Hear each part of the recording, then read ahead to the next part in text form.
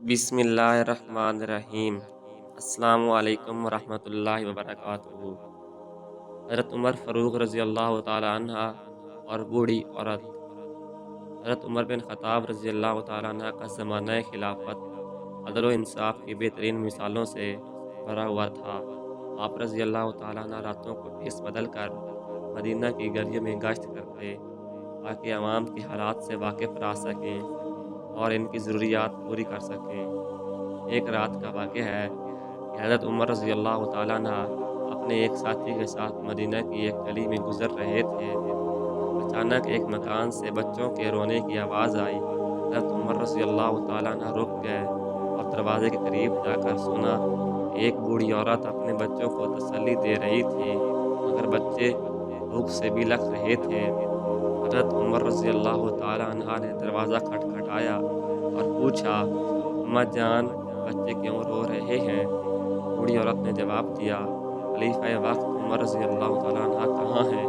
मेरे बच्चे भूख से रो रहे हैं और इसने हमारे बारे में कभी नहीं सोचा। हज़रत उमर रज़ी अल्लाह तआला अन्हा ने नरमी से कहा, अम्मा जान, आप चूल्हे पर क्या पका रही हैं? बूढ़ी औरत ने आह भरी और कहा, ये सिर्फ़ पानी में कुछ पत्थर डाले हैं ताकि बच्चों को लगे कि खाना पक रहा है और वो थक कर सो जाएँगे। ये सुनकर हज़रत उमर रज़ी अल्लाह ताला अन्हा की आँखों में आँसू आ गए। वो फ़ौरन बैतुल माल गए और अपने हाथों से एक बोरी आटे, कुछ खजूरें, घी और दीगर खाने-पीने का सामान उठाया। इनके साथी ने अर्ज़ की, या अमीरुल मोमिनीन, मैं ये सामान उठा लेता हूँ। हज़रत उमर रज़ी अल्लाह ताला अन्हा ने जवाब दिया, क़यामत के दिन मेरा बोझ तुम नहीं उठाओगे, मैं खुद ही इसे उठाऊँगा। जब हज़रत उमर रज़ी अल्लाह तआला अन्हा दोबारा इस बूढ़ी औरत के घर पहुँचे, तो आपने हाथों से खाना पकाया और बच्चों को खिलाया। जब बच्चे खाने के बाद खुश होकर खेलने लगे, तो बूढ़ी औरत बोली, अल्लाह तुम्हें जज़ाए खैर दे, तुम उमर से बेहतर हो, जो हमारा ख़्याल नहीं रखता। ये सुनकर हज़रत उमर रज़ी अल्लाह तआला अन्हा मुस्कुराए और नरमी से कहा, अम्मा जान, जब कल उमर खलीफ़ा के दरबार में जाओ, तो इसे मुआफ़ कर देना, क्योंकि आज वो तुम्हारी खिदमत में हाज़िर था। जब बूढ़ी औरत को बाद में मालूम हुआ कि ये खुद हज़रत उमर रज़ी अल्लाह तआला अन्हा थे, तो वो हैरान रह गई और इनके हक़ में दुआएँ करने लगी।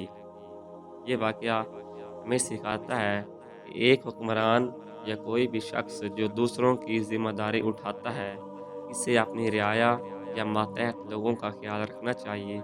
हमें भी अपनी ज़िंदगी में दूसरों की मदद करनी चाहिए, ख़ास तौर पर उन लोगों की जो ज़रूरतमंद और बेसहारा हैं।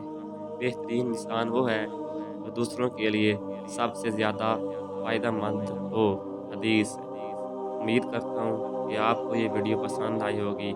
ऐसे मज़ीद इस्लामी वाक़यात सुनने के लिए चैनल को सब्सक्राइब करें। शुक्रिया। वस्सलाम।